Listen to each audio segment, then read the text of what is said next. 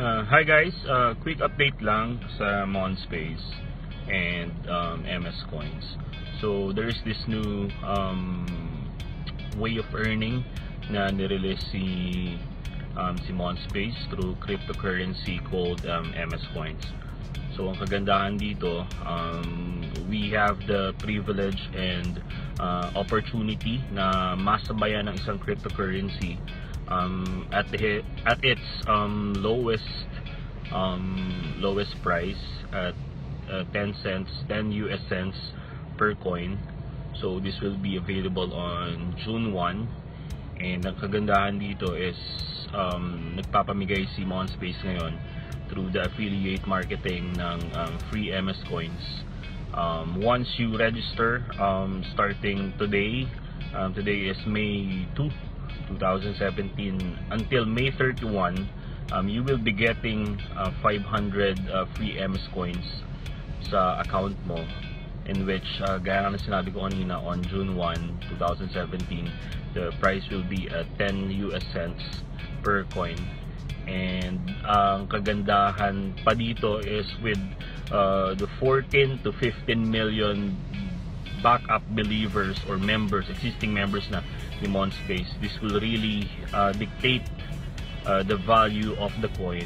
Plus, being a multi-billion dollar company na involved sa multiple sectors, malaki ang possibility, malaki ang chance na tumaas agad yung value in a week or two, or in 1 month, mararamdaman natin yung pagtaas ng value niya. Now, with regards dun pa sa para makakuha ka ng mga free MS Coins, in every friend or kaibig or relatives or kakilala na may sign up mo through MonSpace, you'll be getting a certain percentage from every introducer's bonus. Bukod dun sa 100 RM na makukuha mo per introducer's bonus, you get, I think, 50, or I'm not sure, but there is a percentage na makukuha ka na free MS coins. So it's not RM, it's not Malaysian ringgit, it's free MS coins na may value siya ng 10 US cents on June 1. So what else? Siguro mag-focus ako dun sa sa MS coins na lang, since as a crypto trader, I do trading on cryptocurrencies, altcoins. Ang laki ng edge ni MS coins as compared sa mga ibang altcoins, like merong mga coins na tinatawag dyan na POT, may Pinkcoin, there is this VTC, there's Horizon Coin, maraming mga coins ng mga nasa crypto market exchange na tinitrade ng mga traders. And one significant asset na meron itong sa MS Coin na nakikita ko is yun ngang 14 million backup believers niya, 14 to 15 million existing members, and plus yung pagiging multi-billion dollar company niya. Malaking edge ito pagdating sa isang crypto coin, since kung babalikan natin si Bitcoin taong 2009, nagsimula din siya sa ganito, walang value. I mean, may value pero hindi ganun kataas, hindi pinapansin. Pero Bitcoin at that time is walang mga believers, okay? Nagkaroon lang siya ng value kasi madaming nagkagusto dun sa kaya niyang gawin, okay? Dun sa walang middleman, okay? Untraceable transaction through blockchain, open source. At doon lang siya nagkaroon ng value ng maraming mga taong nakakita. So, it's a good thing na nauna si Bitcoin, dahil kahit papaano meron ng roadmaps itong si MS Coin sa kaya niyang sa maaabot na value niya pagdating ng panahon. Okay? I will not personally say na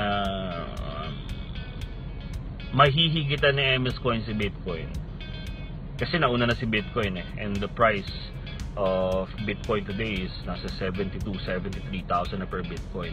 I started doing Bitcoin 2 years ago, 17,000 pa lang siya. At that time, akala ko that time huli na.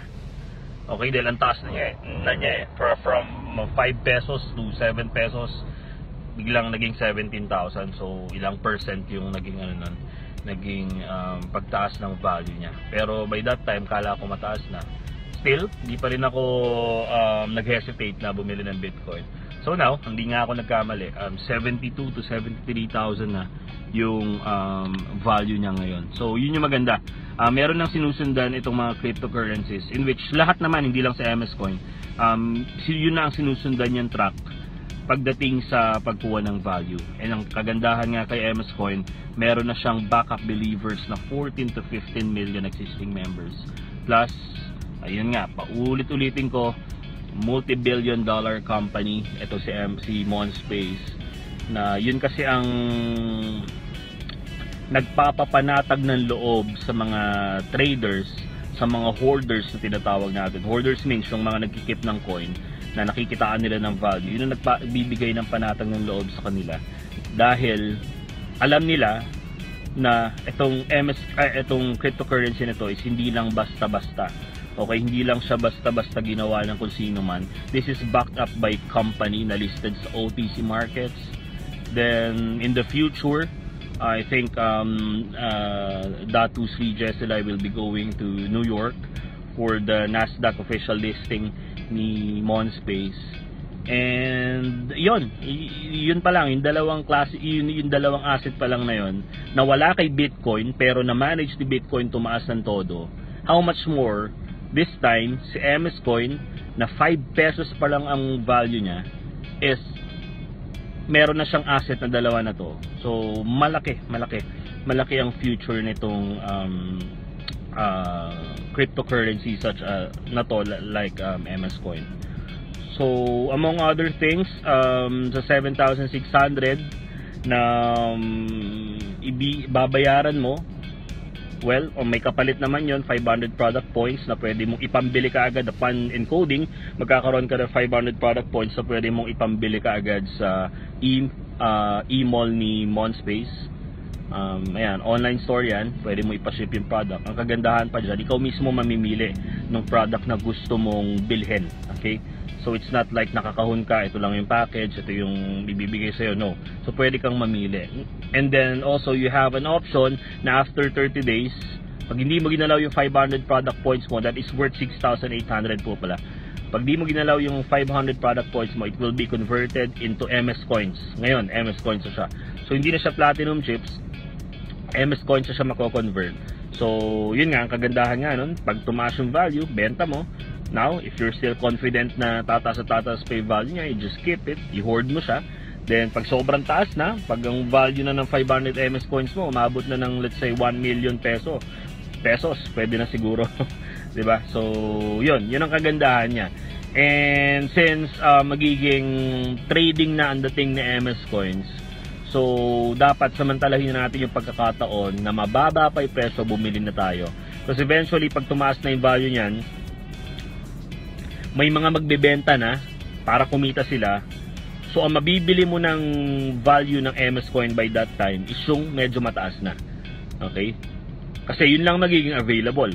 Doon lang magiging available ang MS Coin. Kapag may nagbenta, ibig sabihin may bibili, may bumili.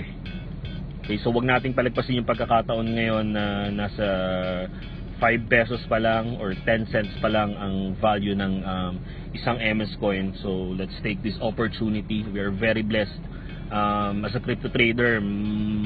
Matagal ko nang hinahanap, matagal ako naghahanap ng mga coins na magsisimula pa lang. Though may mga experiences na ako na mga nagsisimula pa lang na coins, nakasali ako, but then hindi siya naging successful since walang backup. Okay, hindi siya backed up ng at least 1,000 para maging successful ang isang cryptocurrency. Not unless na pumasok sa ICO yan, initial coin offering, but still it doesn't mean na pumasok ng ICO is tataas na value niya. Okay, depende pa rin yon sa kayang gawin ng cryptocurrency na yon and kung marami bang maniniwala sa cryptocurrency na yon. So yun po, yun muna ang update for today. with regards to the video presentation that I'm doing for the team generals, I'm just waiting for some solid informations pa para pag-release natin yan is wala na tayo masyadong gagawin, no? I mean, yung right information talaga ang ibibigay natin. So I'm still holding into it.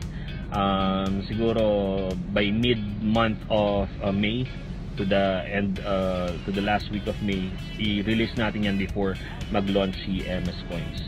So I guess that's it. Quick break lang to, and wait for more updates. And yeah, kumuha na tayo ng as much as gaano kadami mang MS Coins ang makuha natin. So ayun, natandaan ko pala, pag meron kang friend na nag-join ngayon sa 7,600, bukod sa 500 MS Coins na makukuha niya, meron pa siyang 1,000 MS Coins after 30 days. Bukod doon, ikaw naman, as the one who referred that person, you get 100 MS Coins as bonus. Okay? You get 100 RM. That is worth, gonna be 100 RM, 1,800. That's worth 1,600, I guess. You get 1,600 worth of 1,600 pesos worth of RM, and then also you get another 100 MS Coins. So napakaganda niya. So ang value ng 100 MS Coins ay around 2,500. So you get 1,600, then you get 2,500 worth of MS Coins. So yes, yun po muna, and standby kayo for more updates. This has been Joan, and God bless us all. Thank you. Bye.